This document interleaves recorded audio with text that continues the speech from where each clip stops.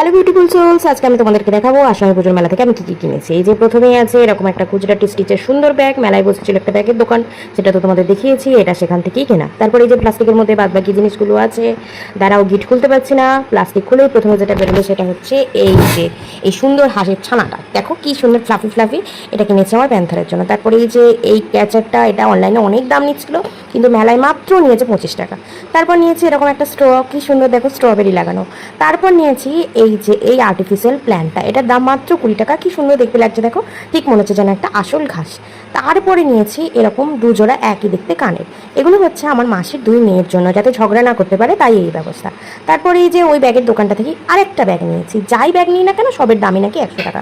এই যে দেখো এই ব্যাগটা কি সুন্দর, যাদের অবশ্য মলে শপিং করা অভ্যাস তারা তো নাক সিটকাবে।